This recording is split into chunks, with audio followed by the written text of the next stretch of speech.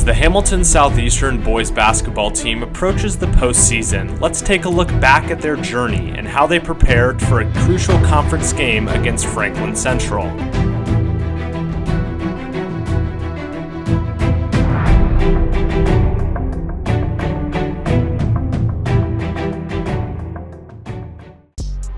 Prior to the season, the team was ranked 10th in the state by Indy Star. With 3 returning varsity starters in Aaron Etherington, Noah Smith, and Mabor Majak, the Royals proved they were capable of making a deep postseason run. Sophomore Vinny Busilla provides his response to the preseason expectations for the Royals. Before the season, we kind of had a lot of expectations that were high, but every team has a little struggle throughout the season. But we just got to keep going and end up doing well.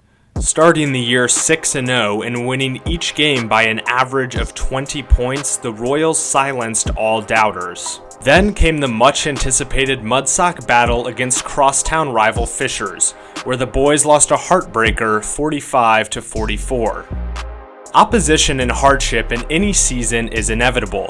One particular source of hardship this year for the team has been injuries.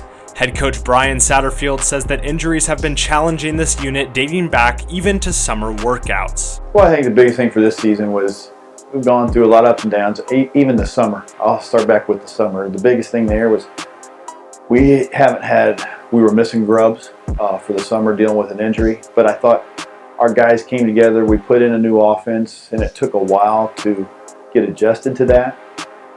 And then as we roll into the fall, the toughest thing is you got your 3 returning starters and all 3 of them get injured in the fall. And sometimes from a leadership standpoint, that's always challenging. But I give a lot of credit to the guys that were there. They were out there busting their rear ends trying to get better. Entering the week of January 28th, the Royals were sitting at 11-5 on the season and 3-2 in conference play. With a crucial conference game against Franklin Central coming up, the team was in need for a signature win. Coach Satterfield explains the schedule on preparing for any given opponent. We'll probably say if we play somebody in 2 weeks, we'll start getting film on that team. It gets sent to what we call Huddle.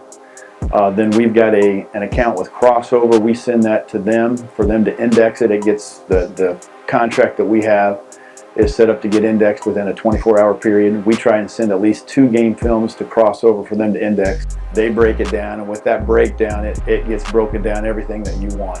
It'll show we can go on there and select a certain player from an opposing team.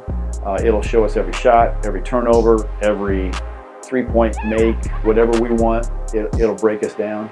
Then as we roll into the week, generally for the typical week, as we're rolling to a Friday game, Monday and Tuesday is purely on us, trying to work on things that we need to get better at, things that we might see as we play an opponent that week. And then on Wednesday, we might introduce a little bit of things that we're trying to defend specifically for that week, for that particular opponent.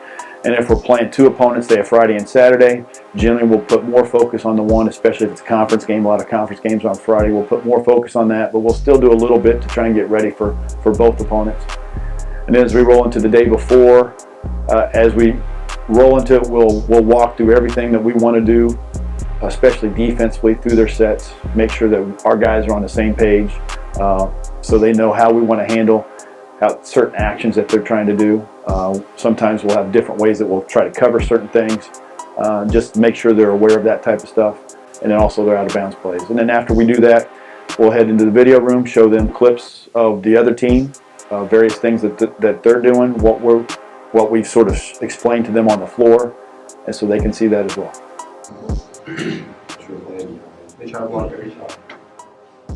So, with all the things that you guys are saying, when was Center Grove most effective?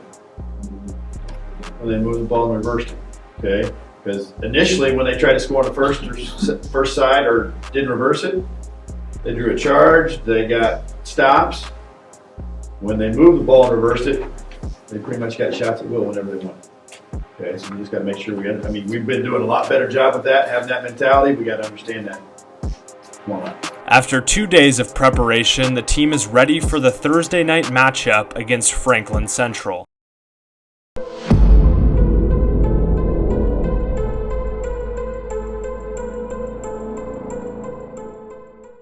Prior to the game, Coach Satterfield finalizes his key objectives for the Royals to take down Franklin Central.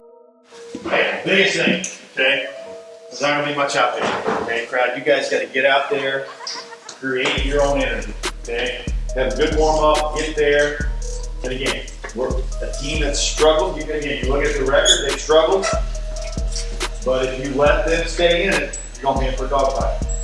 With all the circumstances, but you got one travel team here, and you're not supposed to be nice. So hey, let's go. Let's go, y'all. Let's go.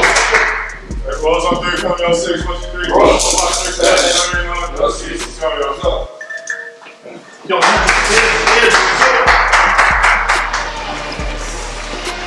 The Royals warm up for about 20 minutes and then head back into the locker room for some final game plan adjustments. One thing I added over there, they're a bad free throw shooting team.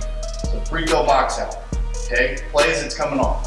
Yeah, hey, box out every time. Again, we got to get the board so we can sprint, go and push it. Let's go, let's beat her down the floor. But again, take great shots. The biggest thing, get out there. We need the energy from everybody. Okay? There's not going to be there for you. You guys got to create yourself. Let's get off to a great start. Let's go. Let's go.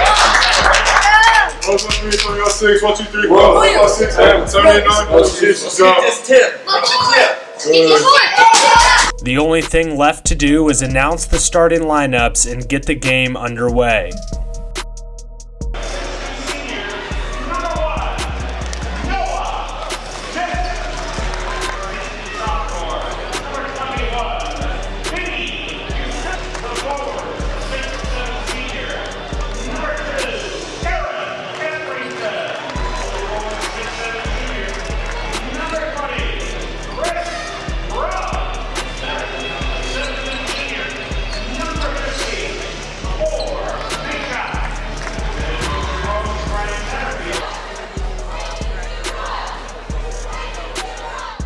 The Royals lost the tip but got out to an early lead fueled by great defensive pressure.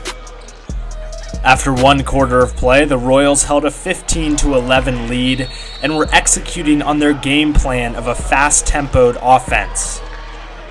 In the second quarter, the Royals turned defense into offense to help separate themselves from the flashes. Because of preparation earlier in the week, the Royals were able to correctly identify the baseline out-of-bounds play that Franklin Central was running and shut it down.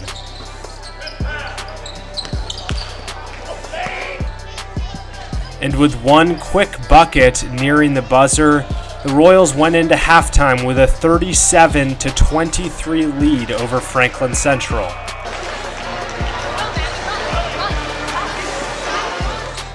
In the third quarter, the Royals continued to assert their dominance on the offensive glass. They tallied 12 total offensive rebounds as a team for the game. As the game concluded, the Royals collected a very nice 75-58 conference win over Franklin Central behind a career-high 25 points from senior Aaron Etherington. With this win, the team moved to 13-5 on the season, just a couple of weeks before postseason play. Thank you for watching the first episode of HSE Boys Basketball Road to Sectionals. Be sure to watch for episode 2, where we will give you another inside look as the team finds out who they play in the first round of sectionals.